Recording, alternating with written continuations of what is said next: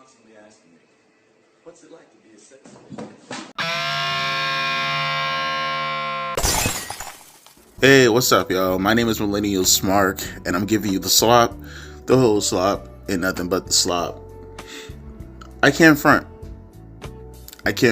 You know, I was laying in my bed, and I was looking through Twitter, seeing some of the comments, and I went back to go watch the highlights of Revolution last night. And you know me, sometimes I can get a bit overzealous, right? And I went back to go watch the card again. You know, when you got it on YouTube, you can go back and watch the show for like 2 days. But I watched the highlights regardless. And I think, you know, personally, and I'm man enough to admit it, I was in the wrong about the show last night, to be fair, all right? It's not as if, because I went out of my way and I was like, oh, it's the worst show of the decade.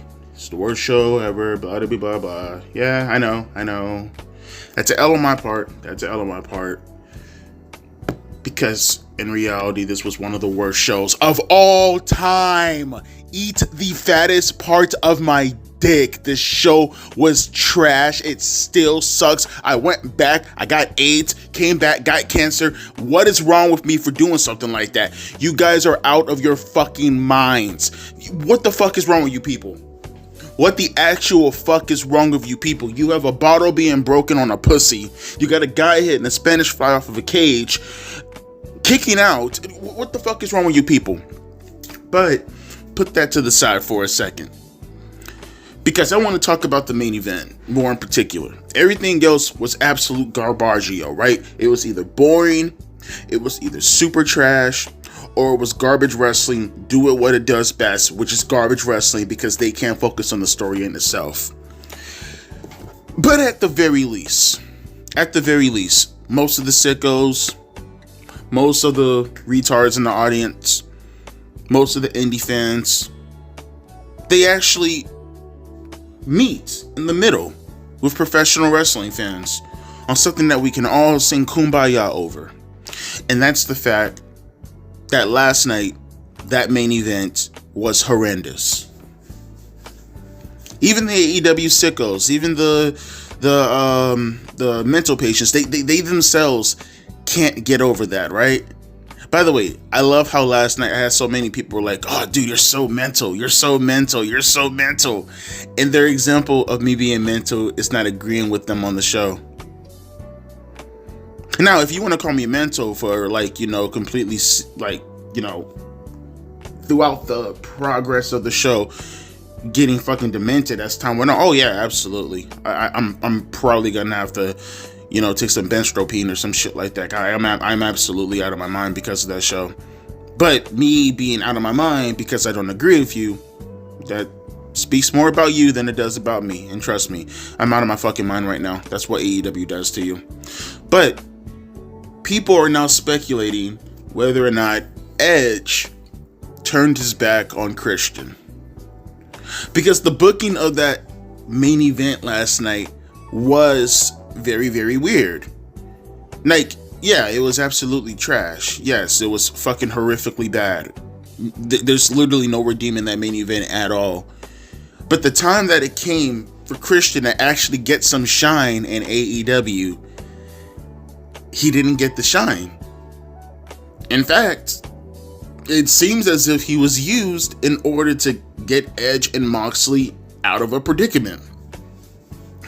Now, am I here to be so bold to suggest that Edge went out of his way to do something like this? You know, Hulk Hogan, his position? That doesn't work for me, eh? Nah, I'm not gonna go that far. In the end of the day, we are talking about two guys who happen to have been best friends for 40 years. I'm not that loose to sit there and suggest that Edge went out of his way to bury his brother. No, I'm not gonna suggest that.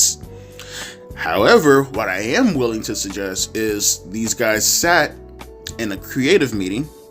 I gotta assume before they brought Christian into the picture, it was Tony, it was Mox, it was Edge, and one of those three people had to suggest that Christian was going to be the one to come in and do the job.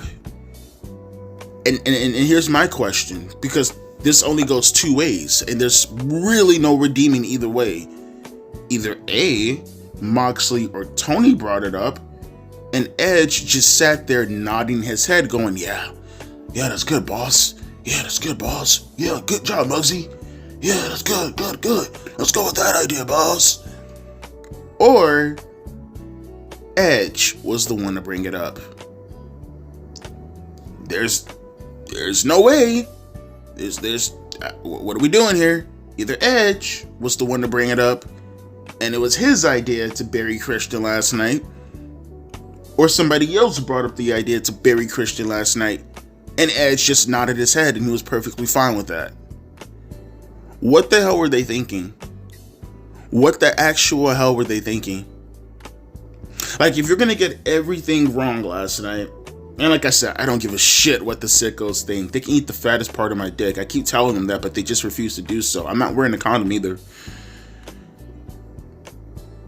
I just don't understand how you can deliberately get something so wrong. So, I think first off, we can say that easily, this is by far the worst feud of the year so far, right? So far. Maybe it might be, I don't know, someone might come out of the left field and they might take its position as far as being the worst feud of the year. Something might happen in WWE. You never know. But as of the making of this video, Edge and Jon Moxley is the worst feud of the year. It is the worst match of the year. It is just tremendously horrible on so many fucking circumstances. But why do Christian like that? Like, say that you wanted to do the stuff that you wanted to do. Why do Christian like that? You know why he came to your company to begin with, right?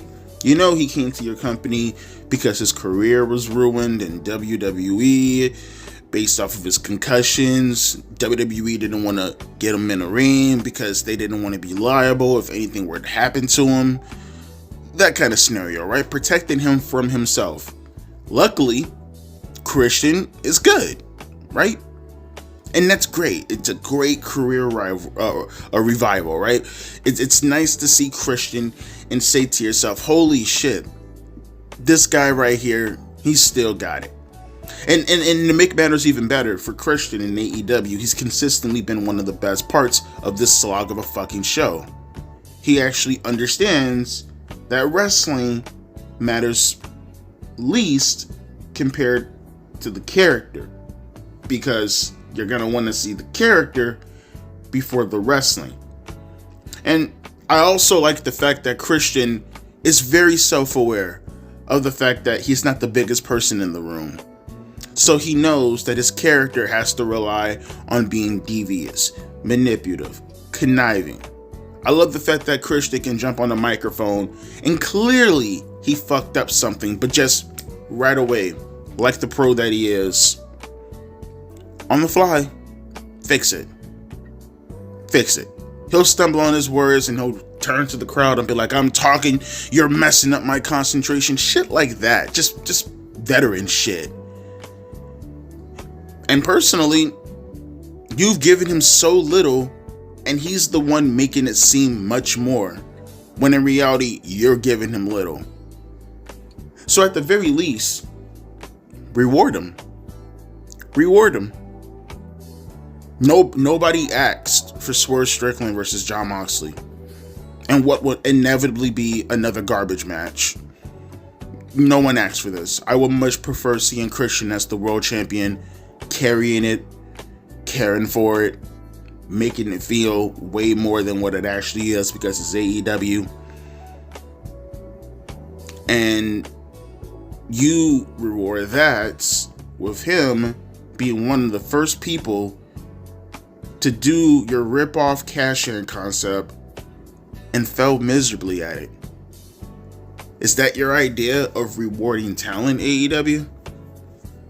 Let's just hypothetically say, for an example too, because you're going to get some people in the comment section, and it's not beyond me to suggest that Christian could be the one to probably think to himself, hey, this could be my shot to maybe get in the main event scene. It could be a possibility. It seems in character of Christian to maybe suggest that he could be the one. Like maybe him and Edge were throwing around ideas, and Christian suggested, hey, how about I try to cash in and you guys do what you have to do with me? At that point, Edge, as his friend, why not be the one to step in to say, Christian, that's going to make you look horrible? Like, it's pretty obvious to us. It's pretty obvious that Christian is doing that because he's trying to make the most out of opportunities so he could be seen in the main event, so he could be seen around the World Championship. Why go out of your way to let your friend do that? That's the part that I don't understand, right? And for people who are going to probably be like, well, Devontae, this is a way for them to turn Edge and Christian into another feud. First off, I don't want to see another Edge and Christian feud after the first one. That shit was disappointing as fuck. Why the fuck do I want to see them running back? No, I don't. That's one thing. And second thing is, that still took Christian to lose his contract and be pinned as a way to get Edge. Like, the way I'm looking at this, it still surrounds Edge. No matter how you paint this, no matter if you say it was creative, it was Edge, it was Christian, it was still up to Edge, the bigger star, to step in and say, hey, this does not seem like a good idea. Optically, this is doing way more damage to Christian. I'm the main eventer. I'm the star. I'm the Hall of Famer. Let me step in and say that my best friend shouldn't have to go through this optically. Because now Christian looks like a fucking joke. He looks like a fucking joke. And maybe, I don't know. Maybe it could be a situation where neither guy cares and Christian is just there to make money. Maybe he's there just like the rest of everybody else to milk a mark.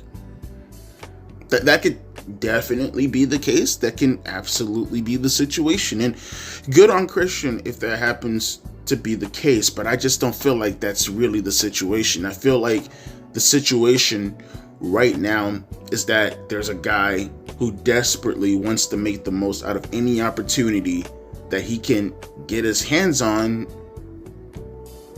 You feed him scraps that he's turning into 5-course meals, and then you come and you pull the cloth on the table that he turned into a 5-course meal that you fed him. That's what it seems to me. You know, again, third time using this word, optically, that's what it seems from the outside looking in. But why though? Why, outside of the obvious that Christian you don't really view as that guy, because quite frankly he does focus on things that doesn't really fit the mold of what the AEW fan typically likes to see, even though ironically they fucking love him, so there you go with that. But why deliberately go out of your way to paint it like this? Why deliberately make him look like such a fool in so many ways building up to this point? Whether it was the contract, whether it was the constant being looked like a bitch by Samoa Joe's group, or Hook by himself in most cases, honestly. Why go out of your way to have him lose so often, not be seen on TV so often, and when he makes his presence, this all goes down? How do you as a friend, if you're Edge, or you as a promoter who claims to be a big fan of the guy, look at that and think to yourself, that's a good job? Even if you didn't have your production meetings and you went back and forth just throwing around shit, you claim to be fans, right? Wrestling fans first. How did you paint out that scenario? Look at that and think to yourself, it was right, because you knew what you were doing. Flat out, they knew what they were doing. It's not from a perspective of a fan. It's from the perspective of a shady businessman who claims to not be Vince McMahon. He didn't want to see two of his top stars doing the job. Christian is right there. Fandom gets thrown out of the window. Sacrifice him. Sacrifice him. Jon Moxley has no stake in this at all. He doesn't give a fuck. And Edge, as his best friend, no matter what way you want to take this, Just sat there and watched it. Because in the end of the day, it's to make his character look good. And people are like, well, Devontae, you're going... No, it is to make his character look good. Because when it's all said and done, I look at this scenario. How and what way, no matter how you say this is done,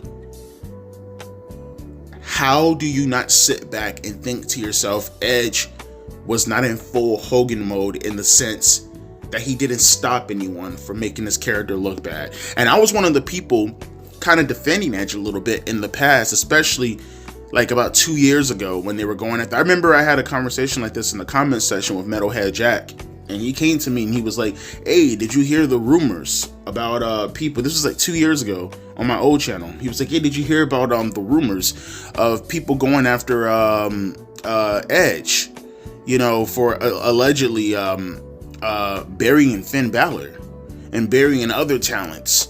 And, you know, they're calling him, you know, Edge Hogan, you know, Adam Hogan is what they're calling him, right? And I said to myself, nah, bro, they're over exaggerating. I honest to God, I didn't see it, because they're like, well, he's winning way too many matches against young talent. And I just hate the young talent argument. The young talent argument is so gay to me, because it's like either you're good or you're not good. But again, this has nothing to do with young talent. Now it has more to do with your best friend. And when I'm actively seeing it being done to your best friend, then you start to think about the past, and it's like, oh, this happened to Christian. Let's see what happened in the past. Really go back, like, you know, Vietnam flashbacks to some of the talent that you didn't put over, and it has way more merit now because it just happened to your best friend. And after a while, when you really start to think about this, right? Eventually, the coincidental argument gets thrown out of the window. And you really start to reflect on these things. And after a certain point, you do have to ask yourself, okay, is Edge playing politics? Again, you look at Christian, there could be a bunch of explanations as we just went down the road of. But now it has to coincide with Edge's past. And now you kind of have to ask the question, when there's so much evidence in your face, is it all circumstantial? Or is it absolutely plausible? That's not for me to say. That's for you guys to say. So I'm going to leave it up to you in the comment section below in regards to how you feel about this situation. Did AEW screw Christian over? And if AEW did screw Christian over, which I'm pretty sure 99.9% of you with eyes, ears, and all 5 of your senses, remember, never 6, because that's me, I have more sense than you. Did Edge just watch his best friend's career get fucking destroyed over nothing? Whether he let it happen, whether AEW Creative let it happen, or whether his best friend's so desperate to take advantage of what he's trying so hard to do, which is just opportunities, get opportunities at AEW, led his friend's desperation, essentially for the most part, cost him the opportunities, ironically, he thought he was creating for himself. As the main eventer, as the person in that drawing position who has all that clout, all that sway, you know you can change that. You know you can do something. And yet you let it happen because now you look good. Now your character looks good. Hard to ignore when it's directly in front of your face, right? But like I said, I'll leave that part up to you guys. As always, my name is Devontae, aka Millennial Smart, and I'll be catching you folks later. A deuces and a P. Ice.